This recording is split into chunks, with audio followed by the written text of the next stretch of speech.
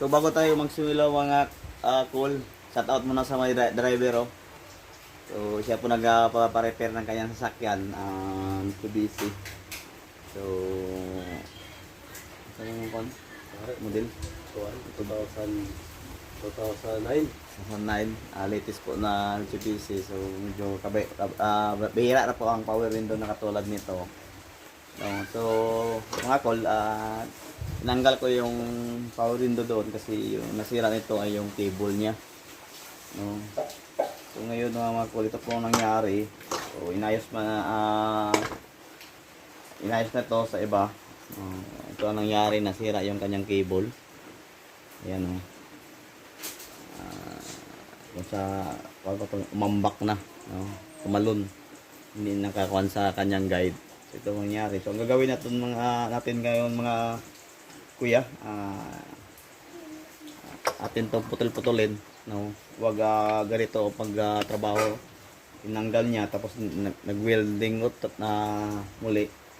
So, medyo na-disalign po yung kanyang roller ang tinatawag dito. So, ang gagawin lang natin, kung ganito ang mangyari sa inyong power window, no, putol-putulin lang natin, magkuha ka na ng cutter, no? Wire cutter.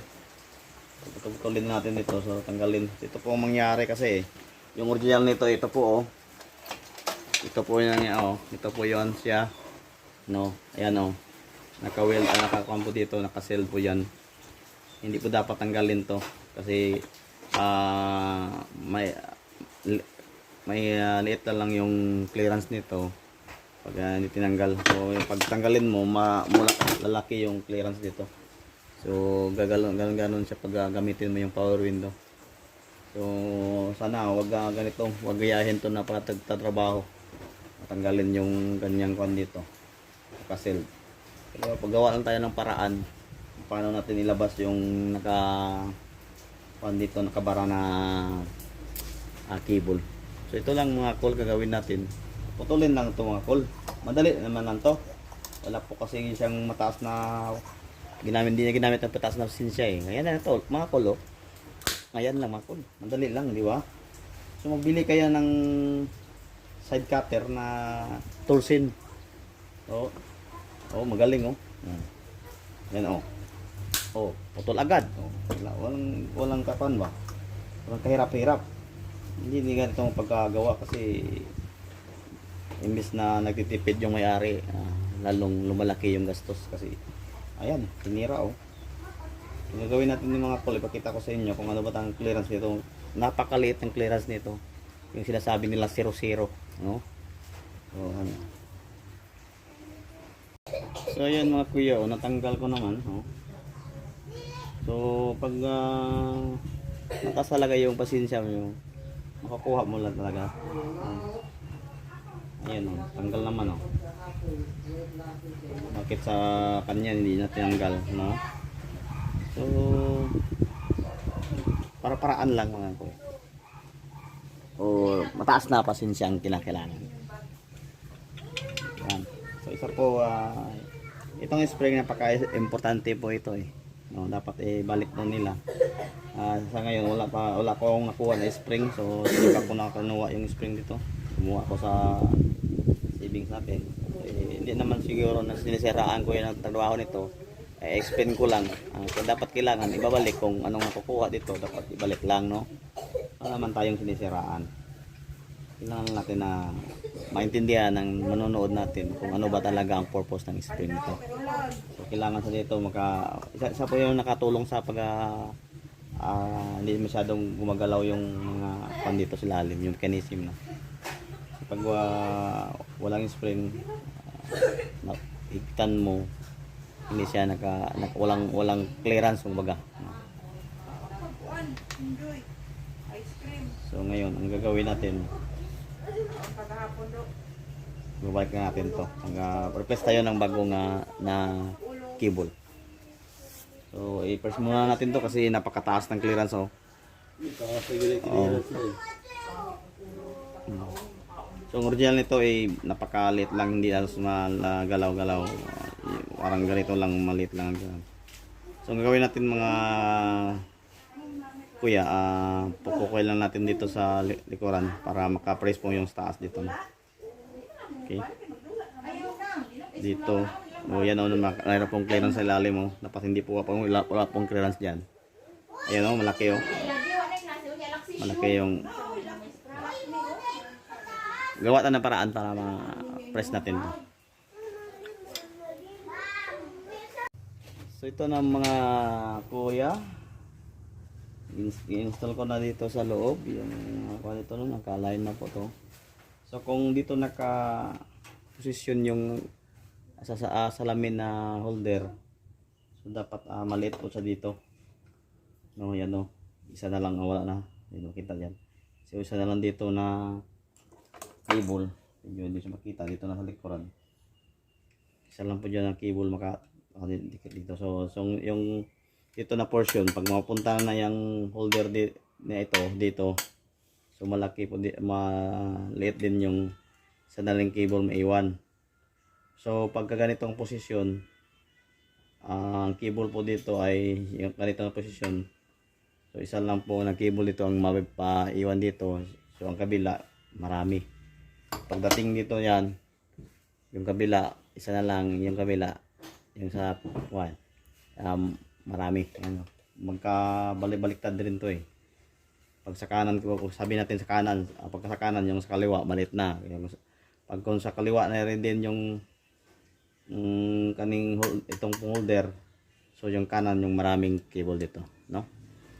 So ngayon mag-solda tayo, no?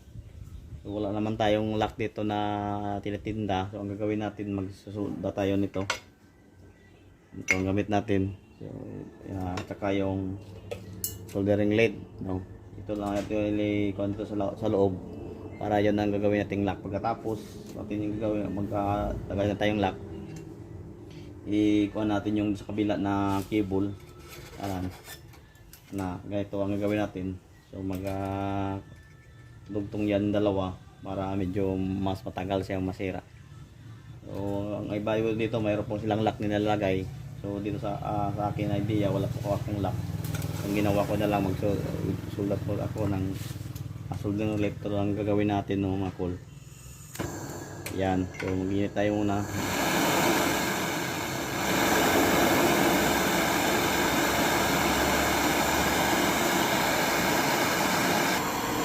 So ito na mga kuya, naglagay ako ng blade ng gabas, no? Yung sabi natin na blade sa metal para hindi makadikit dito, para hindi masama natin to pagka magsolda tayo. Ito lang gagawin natin mga kuya, no? Yan lang. So padandahan po yan sa bababa yung ating solderin, no? So papal po yan sa ilalim. Pagkatapos yan, mag-create po siya ng parang square. Kasi mayroon naman tong square, no?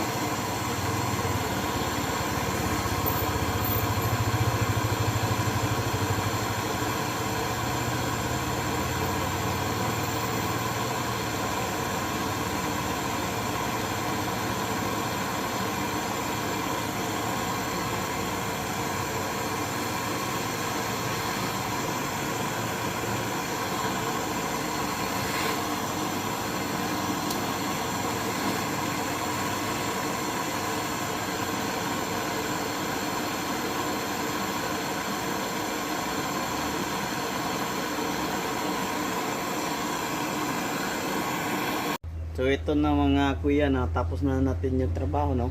So i-try natin. Ito po ang ginagawa sa window. Ayan, no? Oh. Smooth na. Ayan. Okay. So hindi po grasa yung nilagay ko dito, hindi yung gear oil, no? So para mas hindi siya tigas kung hatakin. Kasi po yung grasa minsan ay naka-create din yung pagkatakin, medyo makalagkit-lagkit na kasi yun, oh. Yan, ito. Yung grasa habang tumatagal, lalong para na siyang mga tatawag na dito na lupa, no? Yung parang lapok, dito sa amin tinatawag lapok. So matigas sa hatakin. So ngayon ang ginawa ko, oil yung nilagay ko. So ngayon balik na natin yung motor. Ayan, oh. Ito po yung motor niya at saka pa itong rubber, no?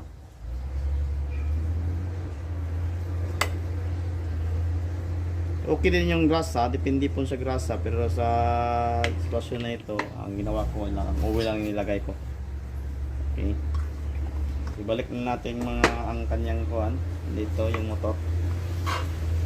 Okay. Ganyan lang.